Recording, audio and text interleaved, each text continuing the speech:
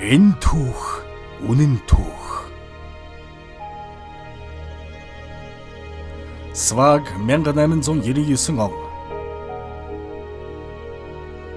Одоогоос 126 жилийн тэртээ 1880 онд байгалийн үдсэглэн төгс бүрдсэн нутагт Сваг хэмээх улс оршин тогтнож байв.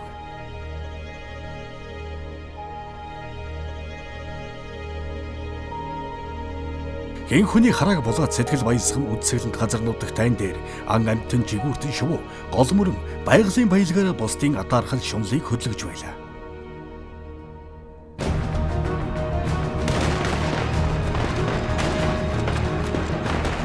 Энэ хүн шунлын үр дагавар Сваг улсад маш олон хохирлыг авчирсан гэдэг. Олон сайхан ирчүүдээ, олон сайхан хүчрхэг морьдоо үдсэглэнт сайхан газар нутгаа эзэрхийлэл төрөмгийллийн үеэр алдаж байв. 4 жил гаруй хугацаанд үргэлжилсэн дайны үр дүнд өрнөдчүүд энэ улсын тал газар нутгийг эзлэн авч эзэн суужээ.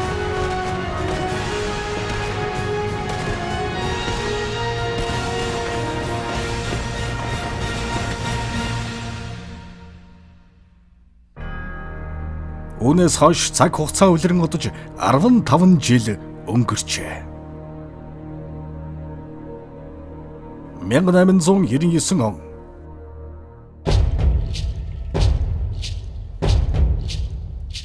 Одоо тэд эв найрамдлын гэрээгээр аж төрөн суудагч үзэл бодол нэгдэхгүй тохиолдол их бий. Өрнөдчүүдийн тухайд үрдвэл тэд Сваг улсын баруун захын нутгууд болох Strawberry, Blackwater, Цастуулын Колтер, баруун урд зүгийн элсэн говь болох Armadillo, Tumbleweed зэрэг нутгуудыг эзлэн суурьшсан бор эрсднүүд юм. Газар тариалан гар урлал, дархан, мужааны урлалд гарамгаан дээр энэ нутгийн иргэдийн хамгийн давуу тал нь хурдан морд ихтэй, үгээрээч алдартай гэдэг.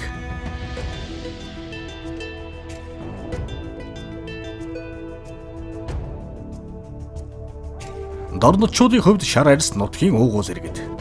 Тэд улсынхаа төв болох Валентина, зүүн захын Ансбург, Роудс, аж үйлдвэр хөгжсөн Сент-Денис зэрэг том хотуудаа эзлэн суух бөгөөд уулуурхай, газар тариалан, мал аж ахуй, арьсын урлалаар алдартай, мөн хамгийн хүчрхэг морьд эдгээр нутагт бий.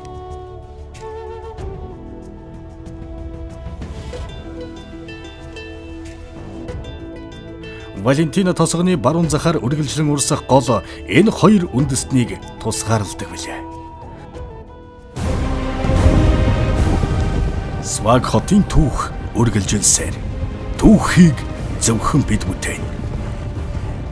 Өрнөд дорнод хоёр үндэстэн эв найрамдлаар цаашид оршин байх. Дорнодчууд алдсан нутгаа буцаан авч өрөндийг улсаас хөөж гаргах. Эсвэл өрөндийнхэн Сваг улсыг бүтэн эзэлж эзэн суух.